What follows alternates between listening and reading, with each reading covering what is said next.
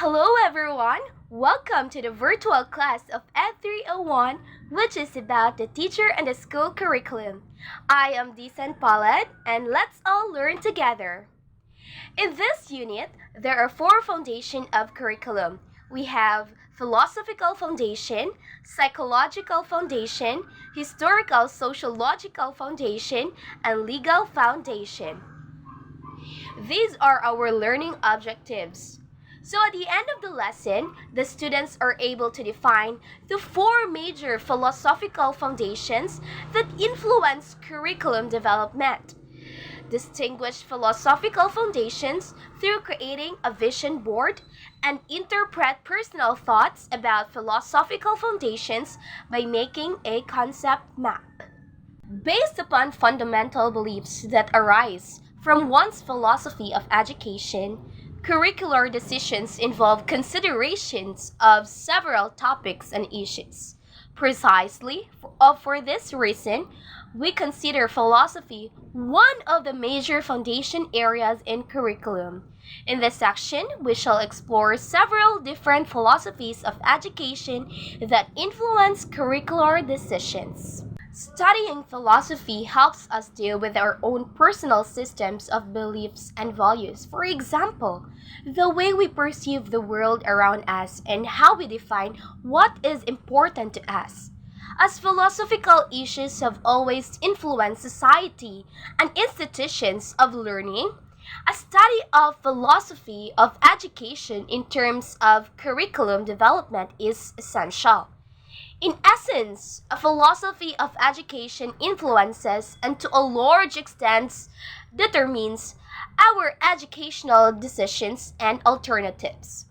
Those who are responsible for curricular decisions, therefore, should be clear about what they believe. If we are unclear or confused about our own beliefs, then our curricular plans are bound to be unclear and confusing.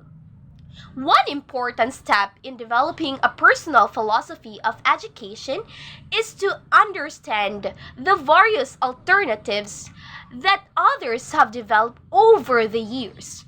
So here, we shall look into the following four major philosophical positions that have hitherto influenced curriculum development. One is idealism, second, realism, the third, pragmatism, lastly, existentialism. The doctrine of idealism suggests that matter is an illusion and that reality is that which exists mentally. It emphasizes moral and spiritual reality as the chief explanation of the world and considers moral values absolute, timeless, and universal. If we apply this view to education, what would be the implications for the role of teachers and curriculum in education? Obviously, teachers would act as role models of enduring values, and a school must be highly structured and ought to advocate only those ideas that demonstrate enduring values. The materials used for instructions, therefore, would center on broad ideas, particularly those contained in great works of literature and or scriptures. Since it is based on broad ideas and concepts, idealism is not in line with the beliefs of those who equate learning with acquisition of specific facts from various proponents of realism, view and the world in terms of objects and matter. They believe that human behavior is rational when it conforms to the laws of the nature and is governed by social laws. Applied to education, those ideas begin to reveal a second possible philosophy of education. The second one is realism. Let us all know what is realism. What kind of philosophy will that be? So real is considered education a matter of reality rather than speculation. Application. The paramount responsibility of teacher then is to impart to learners the knowledge about the world they live in. What scholars of various disciplines have discovered about the world constitutes this knowledge. However, Like the idealist, the realist do stress that education should reflect permanent and enduring values that have been handed down through generations, but only to the extent that they do not interfere with the study of particular disciplines.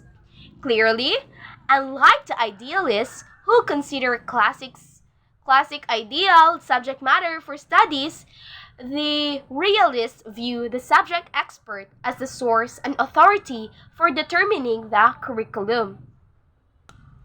So the third one is pragmatism. In contrast to the traditional philosophies, example the idealism and realism, pragmatism gives importance to change process and relativity, as it suggests that the value of an idea lies in its actual consequences.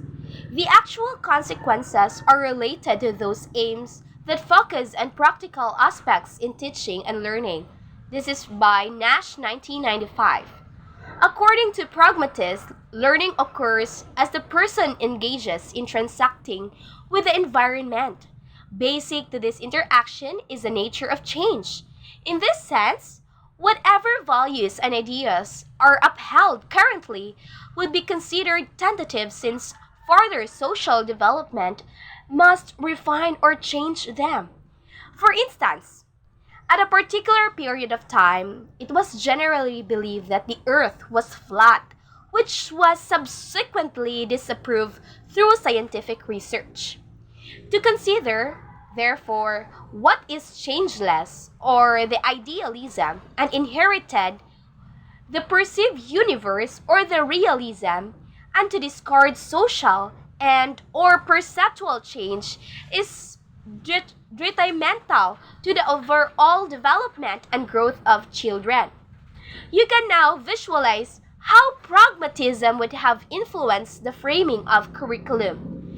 Curriculum, according to the pragmatists, should be so planned that it teaches the learner how to think critically rather than what to think. Teaching should therefore be more exploratory in nature than explanatory. And learning takes place in an active way as learners solve problems which help them widen the horizons of their knowledge and reconstruct their experiences in consonance with the changing world. What might be the role of the teacher?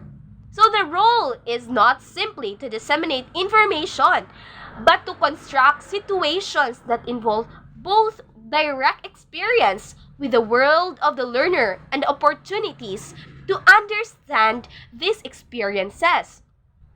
Having seen three basic philosophical positions that have influenced curriculum development, let us now look at the fourth one, the existentialism. According to this philosophy, learners should be put into a number of choice-making situations. For instance, learners should be given freedom to choose what to study. It emphasizes that education must center on the perceptions and feelings of the individual in order to facilitate understanding of personal reactions or responses to life situations. Of primary concern in this process is the individual. Since life is based upon personal meanings, the nature of education, the essentialists would argue, should be largely determined by the learner. Individual learners should not be forced into predetermined programs of study. Whatever the learner feels he or she must learn should be respected and facilitated by the system.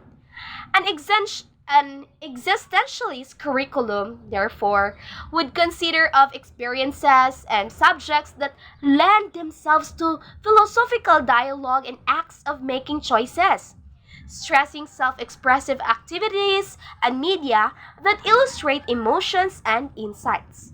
So the teacher then takes a non-directive role. The tender is viewed as partner in the process of learning.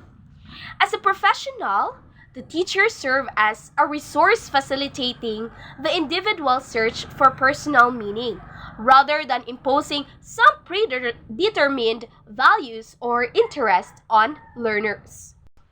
To plug the gap between the needs of the learner, the society, and the curriculum content, rethinking in the area of curriculum development appears to be unavoidable.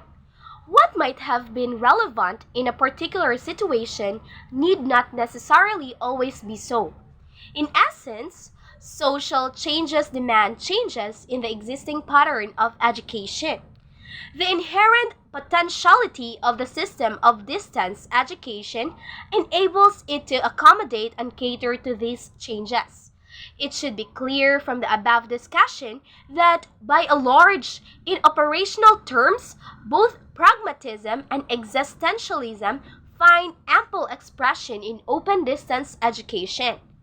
Each of the four major philosophies just described begins with a particular view of human nature and of values and truths, and then proceeds to suggest what such a view implies for curriculum development. That's the end of our lesson for today. I hope you have learned something from it, and God bless everyone. Bye!